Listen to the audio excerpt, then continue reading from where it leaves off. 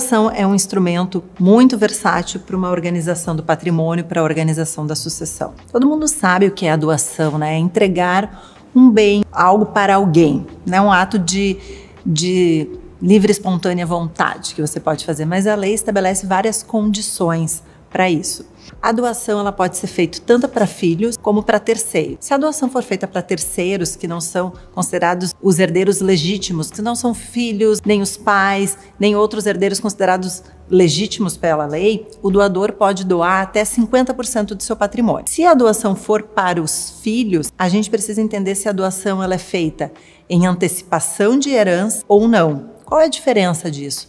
Se a doação for feita em antecipação de herança, no momento do inventário, é necessário trazer este quinhão doado para o cômputo de todo o patrimônio que vai ser novamente partilhado, e o herdeiro que já recebeu um bem em doação, é como se aquele bem fosse novamente computado e entregue novamente. Tá? Sim, a ideia é que os pais doem para um dos filhos e prejudiquem os outros, tirando do bolo que seria dividido na herança. Exatamente. Mas há a possibilidade de fazer sem a colação, deixando isso expresso no termo de doação, dizendo, olha, este bem eu estou doando para o meu filho, e depois ele entra no cômputo normal do restante do patrimônio. Daí tem que observar que este bem só pode representar até 50% do patrimônio. A doação, ela pode ser gravada com várias cláusulas. Cláusula de inalienabilidade, ou seja, que o bem não pode ser vendido. Cláusula de impenhorabilidade, o bem não pode ser penhorado. Ou cláusula de reversão. Caso o donatário, quem recebeu a doação, faleça antes do doador, este bem volta para o patrimônio do doador. Uma situação também muito comum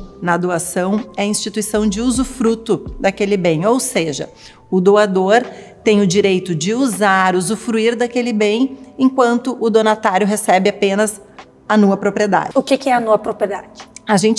Na doação com reserva de usufruto, a gente pode separar o direito de uso da propriedade do bem.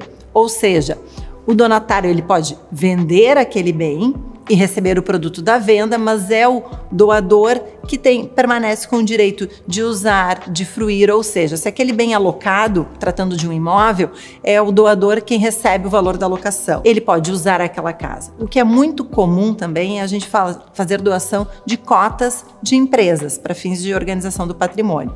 Neste caso, quando a doação é feita com usufruto, o doador permanece com o direito de receber os lucros, permanece com o direito de votar nas assembleias, então ele permanece com toda a gestão ainda daquelas cotas, daquela empresa, mas o doador já tem o patrimônio em nome dele. Ou seja, ele pode dar pitaco. Ele dá o pitaco, ele decide, na verdade, ele continua titular de toda aquela gestão dos bens. Bia, me diz uma coisa, o doador precisa estar em uma determinada situação legal para poder doar? Por exemplo, se ele tiver muitas dívidas, ele pode doar? Isso é um ponto bem interessante, é importante ter este cuidado, porque pode ser caracterizado uma fraude à execução, ou seja, um credor pode buscar invalidar aquela doação, caso a doação acabe frustrando o direito dele como credor. E a doação é um instrumento muito versátil e muito utilizado porque permite que o doador organize para qual filho vai ficar o seu patrimônio, então isso faça com que ele pode, de acordo com as características de cada um,